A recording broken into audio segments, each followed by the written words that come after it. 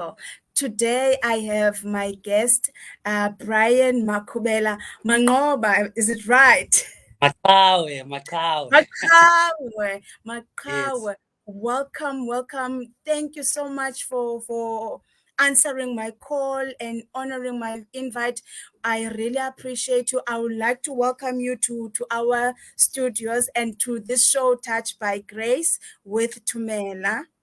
Thank you so much. It's a pleasure. It's a pleasure. Wow. Before we go to our interview, I will quickly introduce you to our viewers and our listeners. Today with me, I am with Brian Maqhawe Makhubela. Brian Maqhawe Makhubela is 25 years old and is originally from Mpumalanga at Nkomazi, Block C. He currently holds a diploma in Ecotourism and Wildlife Management at the Tshwane University of Technology in Pretoria and a certificate in Business Administration. He is an advocate for albinism awareness and being part of the modeling industry. He sets to break all stereotypes pertaining to albinism. He started modeling with the aim of portraying albinism in a positive way through fashion and fitness. He has since worked with Vodacom, Magents, Dstv, Man Magazine, Superbalist, Khanyi Mbau, Africa Fashion International, Sorbet Man, and also Dstv and many more. Brian is a current title holder of the first ever Mr. and Miss Albinism South Africa 2021 to 2022, which works as an advocacy platform for living with albinism. Welcome, Brian, again. Thank you. Wow, I'm so happy. What I want to know, I think all our viewers want to know. Yes. We want to know about you. How was it like growing up? When you grew up in where you at now, how was it like? Growing up, I was fortunate to be brought up in a family that was supportive. So my upbringing was mainly sheltered around support. I was raised by my mom, but mostly I spent a lot of time with my sister. So, I grew up around home and love. So that made me strong and that made me the person that I am. Of course, there were challenges here and there, but having the type of family that I had, I couldn't see them as challenges that like other people do. You know what I mean? Yeah. And then, sorry, it's fine. You can continue. No, I was just trying to say that because of the love that they had for me and the support that they had for me, every time I went through something, I'd go home and tell them that this is what I went through, and that always be that comfort from my sister and from my mom and from my dad. Wow, that's very important. I always say support is very important. Now, what I want to know, you grew up in Mpumalanga and Nkomazi. Were you made to feel differently? It's not. I don't think it's a matter of people making you to feel different. I think organically, the type of conditions that you grow up under, they make you to know that you're different, right? Okay. So when I was growing up, nobody told me that I had albinism. But when the moment I went out from my house and I went out to play with other kids, the sun was too much. I come from Mpumalanga, so it's really hot. So you could just tell that no, I'm not supposed to be in the sun for a long time. So it was not a matter of people showing me that I'm different. It was the conditions, I couldn't see like other kids further like other kids did. So I just knew from an early age that I was a special child. Wow, that's I love the fact that you saw yourself as someone that is special. You're not different, you're just special. And then how did you manage to cope with everything? I don't want to lie, it wasn't easy. Because obviously you are a confused little child. So I think at some point I had an identity crisis because no one is telling you these things. You're figuring them out by yourself, because ultimately I think my family's approach to this whole thing, to my condition, was we don't want to make him feel like he's different. So I had to figure out a lot of things. I had to figure out the time I spent outside of the sun. Of course, my family would call me and be like, come home and rest for a while. But I had to figure out a lot of things. So I think it was an organic thing. Once you let a child to be a child, they figure Mhm. out something. They just get to understand that if I spend this amount of time in the sun, obviously Okay. I'm gonna get blisters the following day, and I'm gonna, my skin is gonna react in a negative way. So it was an organic thing. I think, you know I accepted myself from a very early age. So it was easy for me. It was easy for me. Mm, Wow. Wow, that's amazing. And now we see Maqhawe studying ecotourism and wildlife management, but now we see you as a model into pageant. What triggered you to get into modeling, and how was your experience? There's actually a funny story behind my qualification, right? I'm doing second year university, and third year I'm supposed to go into ComServe. I'm supposed to do some experiential work. Mm-hmm. So my course, you pretty much work outdoors, right? So when I Okay. went for my practicals, I got a job in Palabura, Kruger, the Kruger National Park.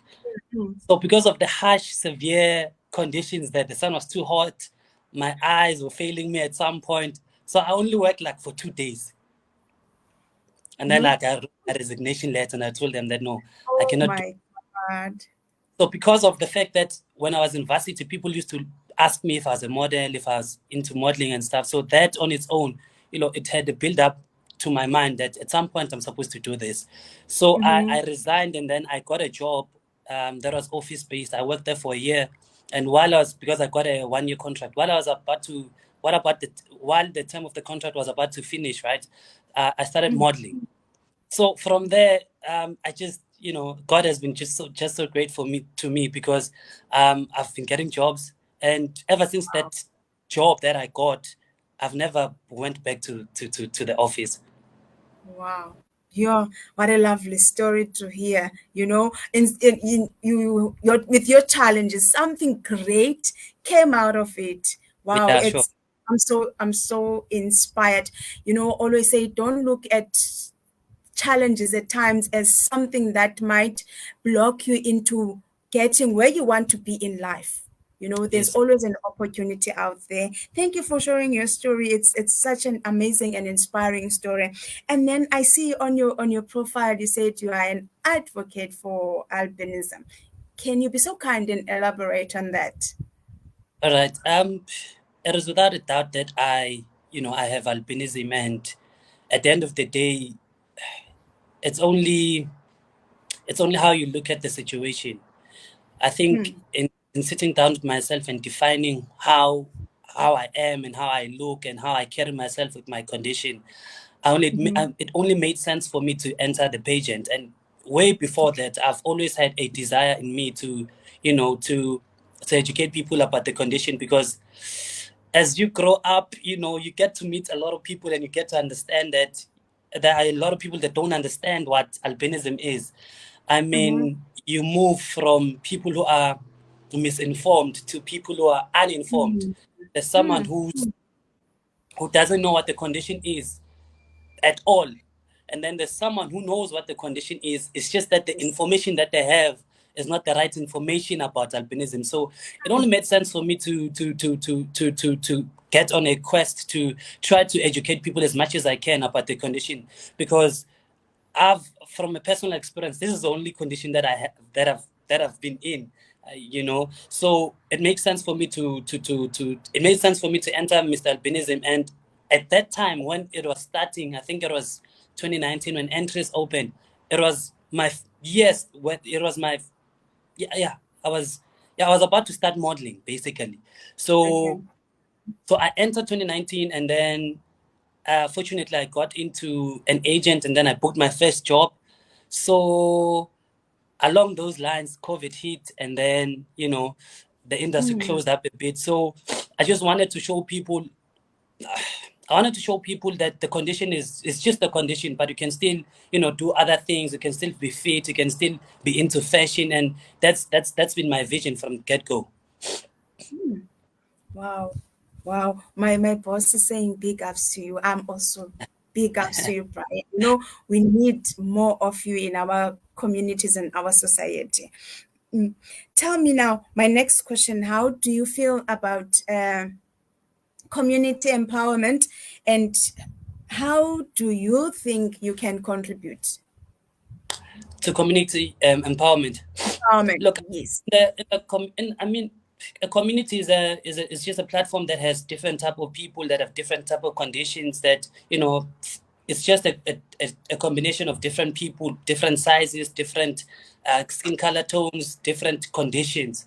So it's really much important for us to be involved in the community because we want to ultimately at the end of the day to create a conducive community for anyone despite of their sexuality, their race, their religion.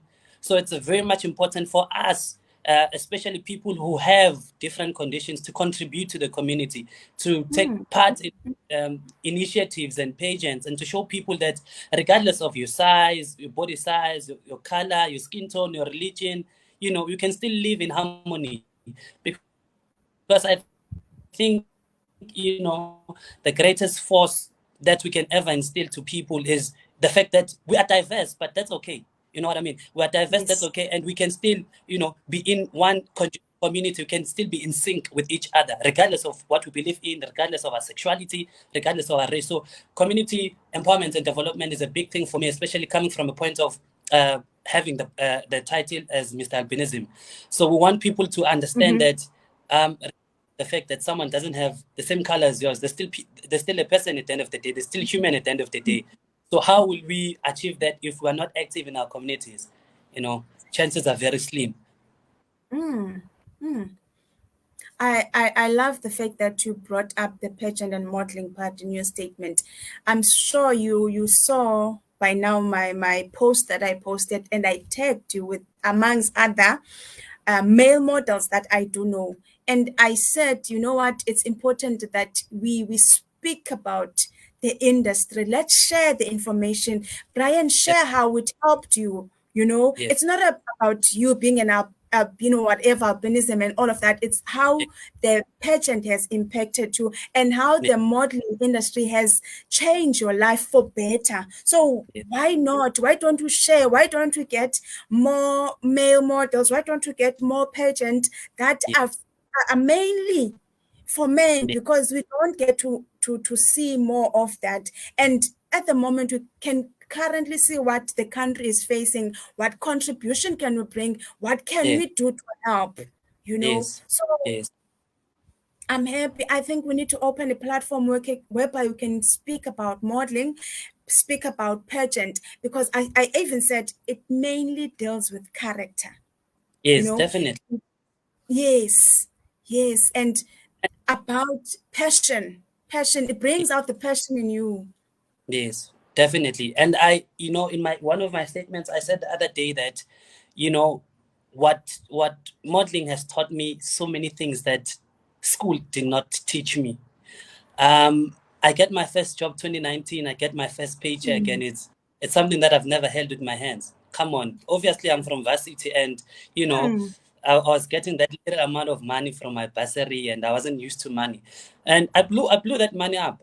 It's not a proud thing to say, but I blew that money out up until I met someone who told me and sat with me down and was like, look, man, you're gonna make money, but at the end of the day, you need to teach yourself how to save this money because you're not gonna be booked at the end of the day every day mm, or every week. So somewhere, exactly. somehow, we see a lot of people making a lot of money, but they're not maximizing it, they're not investing, they're not doing anything with that money. And my second point is, um, for me, being the title holder, it means so Mm, much to an extent that it has also taught me a lot of things about women. I understand that we're living in a tough time as a country. We're living as a tough time. We're living in a tough time generally because women are violated in all sorts of ways. And I think mm, this thing stems from the fact that from a very young age, because we're different, right? So people, they don't give you that much attention as, someone who's pigmented, someone who's black. So it creates some form of hate, it creates some form of anger. And one thing that I know, an angry man is a dangerous man to the community. I mean, how are you supposed to protect our sisters? How are you supposed to protect women in general if the only thing that you know from them is rejection? So this pageant on its own is teaching us how to, how to reverse the cycle, how to cancel young men, how to cancel young boys to say, even though you were hated, even though you were laughed at, even though you're not given chance at love, you can still be a better man. So, pages like this, the industry modeling in general has so much impact. It's just that people just look at it from one point of view and be like, nah, these people, they just want fame and all of that. But at the end of the day, it just goes back to character. It goes back to the type of person that you're supposed to be, the type of man that you're supposed to be. Because I really believe that, boys need much attention as much as women do. So platforms like this, pageants like this, they empower young boys to, to have another type of vision when it comes to life in general. Yeah. Yeah, you're about to get me so emotional there. Thank you for sharing that. Thank you about to get me so emotional. These are topics that I think they need to get out there. Discussions that we should be having. If you go to social media these days, you see men hating women, women hating men. That's what Yes, social media is all about. So we need to try and eliminate that, and that mentality that men is against women, women against men. There's no yes, such thing. We are yes. we are to love one another. You Yeah, we're know. supposed to live in sync because ultimately that's how the structure of family organization starts. Mm, Starts from a man and a woman meeting, and they produce if they wanna produce, and it makes up the community, and that's how the structure of how God wanted life to be like. So if we're not in harmony with one another, how are we building the structure of life in general? oh, You know, it my becomes it becomes a different thing. yeah. Thank you so much. Thank you so much.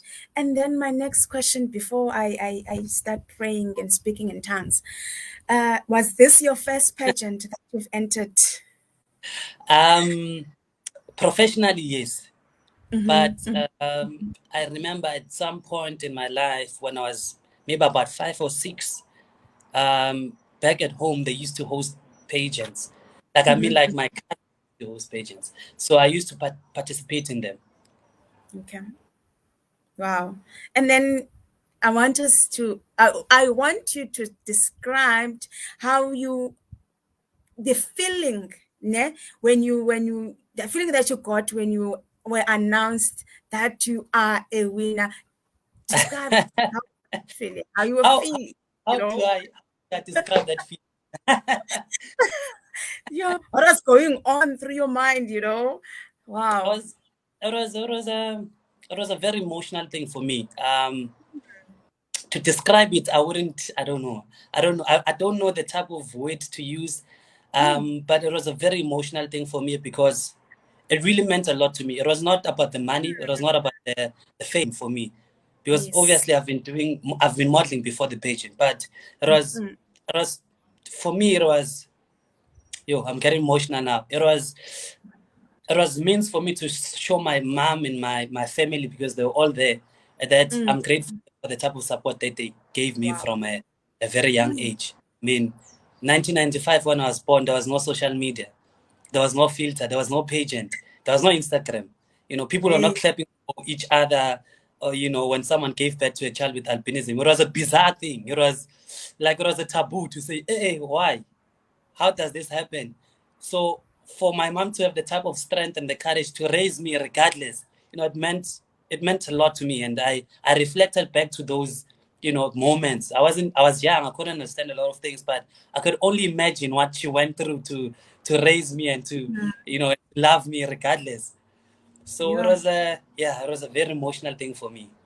Mm, mm. And I'm feeling you knowing that you one step closer to fulfilling your dream, what you wanted to do for the community, and what you've been praying for. So now I'm imagine all those feelings running through your mind. You are all over your mother, your sister, everyone is there showing up, and Yeah, now you're about to take this responsibility to change the world, regardless yeah. of how many people. Oh my Yeah. God. No, it's big. It's big. It's huge. It's a huge Yeah. feeling. The first ever. This is something that's gonna, that's going down in history. Mm, So it's really big. It's a huge feeling. It's also it comes with a sense of responsibility. So somehow, it was supposed to be in 2020, but I feel like it prepared me personally. mhm, To about the fact that you're not going there for the money. You're not going there for the fame. yes. There's a huge possibility. There's a lot of people that are gonna look up to you. There's a lot of people that are gonna, try to bring you down. So I had to prepare myself mentally because Mm, this mm, title to me is not a gig, it's not a modeling gig. This is a lifelong title. Because mm. even if my year passes, I'll still be Mr. Albinism 2020, 2021. So it's Yes. yeah, no, it prepared me. That's wonderful. That's wonderful. And then so far, how have you been utilizing the title, the platform Um altogether? Obviously, there's a team that we're working with. I am not Mm, on my own. There's a team that we're working with. So okay. we are currently doing provincial tours.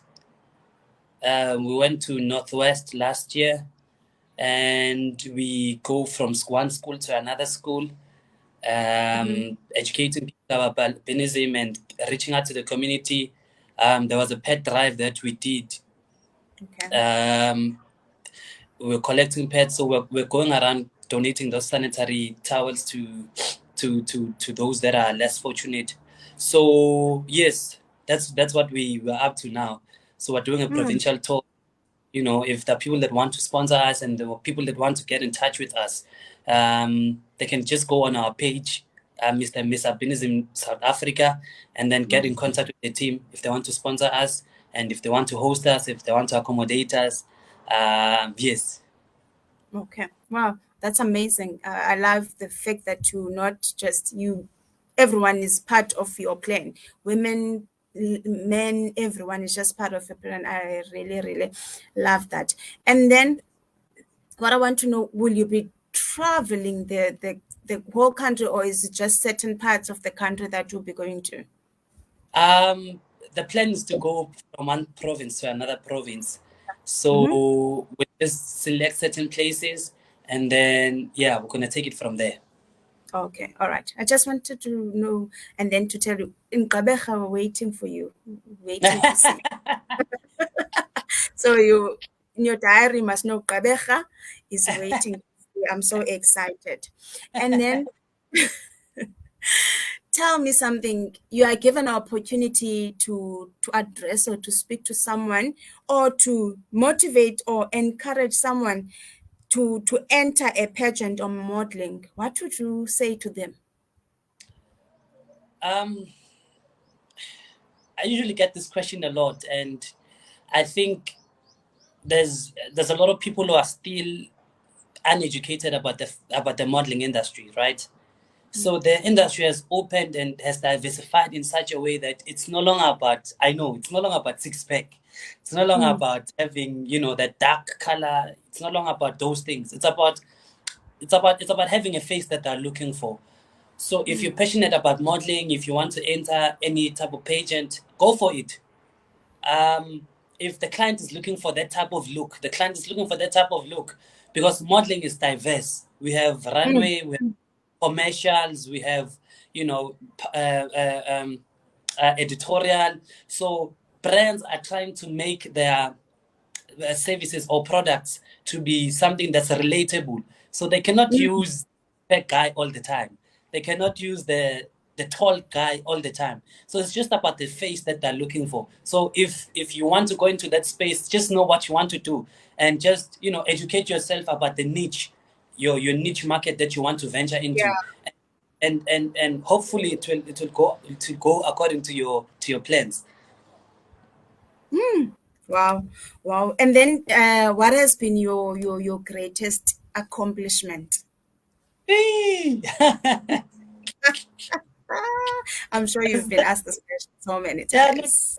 there's been a lot. There's been a lot. I think Mm, um, when that question comes, you look at number one, how close is something to your heart? Secondly, the paycheck at the end of the day. This is a commercial world, so you're obviously getting money out of it. So yes, yes, yes. tricky one. It's a tricky one. Something very close to my heart. Obviously, it has to be the pageant, but something was more that benefited me, financially. It has to be the Vodacom gig. You know. Okay. Yes. Mm, Wow, wow. And then let's say you were given opportunity to sit in and judge in a pageant, what characters will you be looking for, for to get someone to win? And when you entered this pageant now, professional pageant that you've entered now, Mr.